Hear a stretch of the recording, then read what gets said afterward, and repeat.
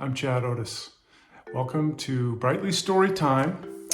I'm excited to be here today to read to you my new book called The Bright Side. The Bright Side, that's me, Chad Otis. I wrote the book and drew the pictures for it too. And as you'll see, this is a story about a little guy right here who grows up, he lives on a school bus for a little while. And I'll tell you a secret about this. It's based on a true story, and that little guy was me, believe it or not, who grew up on a school bus for a little while. Here's the outside of the book. You can see the whole school bus there they grew up on. Anyway, let's get started. I'll show you the bright side and read it to you. We live on an old school bus now, at least until we can get a normal house again. It was hard saying goodbye to my friends. Look on the bright side, said Mom and Dad. You get to make new friends wherever we go. But I don't want to look on the bright side. The bright side means when you move all the time, you get to do school on the bus.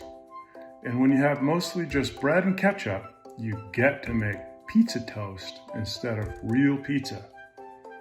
And when you don't have a bathroom, you get to take showers in the great outdoors. It means that when it's super cold, you get to have family snuggle time. And when you can't afford something you really, really want, it means you get to imagine and try and keep trying until eventually you do something you didn't know you could do. It's hard sometimes, but after a while, I felt like I could do just about anything when I looked on the bright side. I still didn't have any new friends, though. Then one day, Mom says she thinks it's time to park the bus so I can go to a real school, even though Dad says living on a bus is like school for life.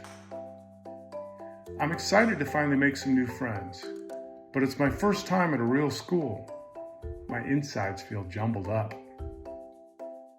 In class, the teacher says, "Remember, we're having a pizza and movie party later," which sounds really great. But sitting in one place for so long makes me antsy, so I go outside.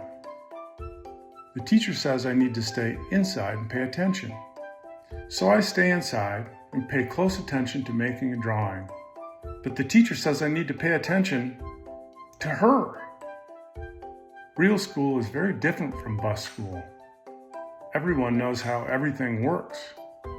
Everyone except me. I'm glad when it's lunchtime, but I didn't bring any lunch.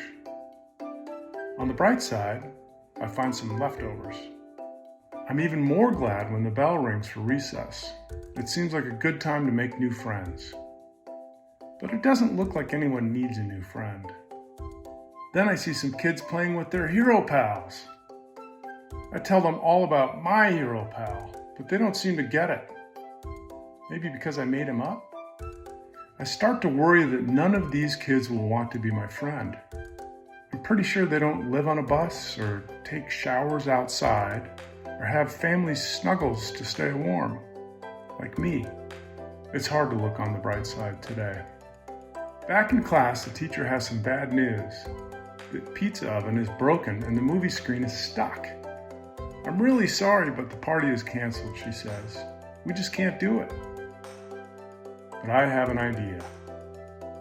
If we imagine and try, maybe we can do it. Because I'm pretty sure we can do just about anything when we look on the bright side. And that is the end of my new book. Thank you for letting me read it to you. I hope you liked it. And we will see you next time, Brightly Storytime. Bye-bye.